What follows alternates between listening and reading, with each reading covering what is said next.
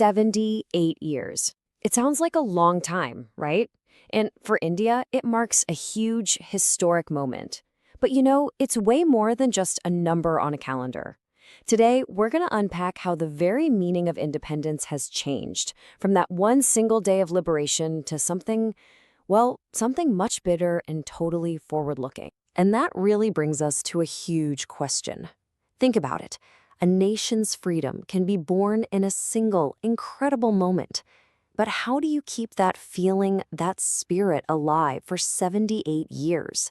How has India managed to keep that flame from flickering out? Well, that's what we're here to figure out. So this timeline really lays it all out. You've got 1947. That's the moment of freedom from colonial rule.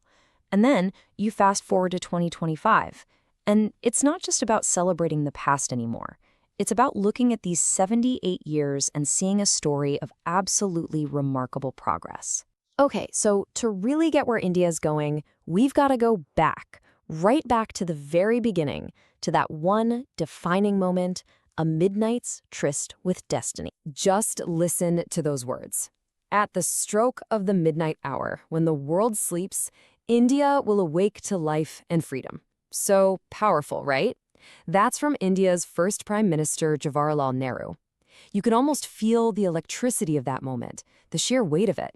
This wasn't just a political speech. It was a profound promise to millions of people. But, okay, that promise was made a long time ago.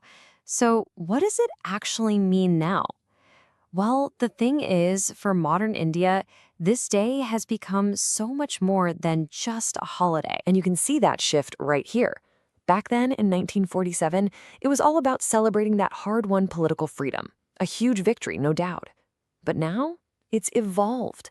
It's become this powerful annual reminder of a national responsibility, a commitment that really every single citizen carries on their shoulders. So what does that responsibility actually look like day to day? Well, it's pretty clear. It's a call to action, to preserve democratic values, to really champion the country's incredible diversity, and, to personally contribute to the nation's growth.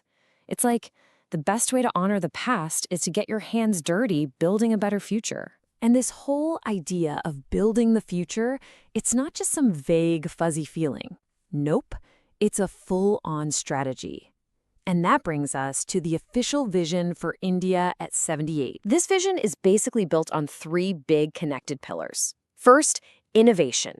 We're talking a massive push in tech, in science, the whole shebang. But that progress is kind of meaningless unless it's also inclusive, making sure that growth lifts up every single community. And when you combine that cutting-edge innovation with fairness for all, what do you get? You get the foundation for global leadership, a confident voice on the world stage. Okay, a vision is great, but talk is cheap, right? What really matters is proof. So let's look at the tangible results that show this vision is already happening.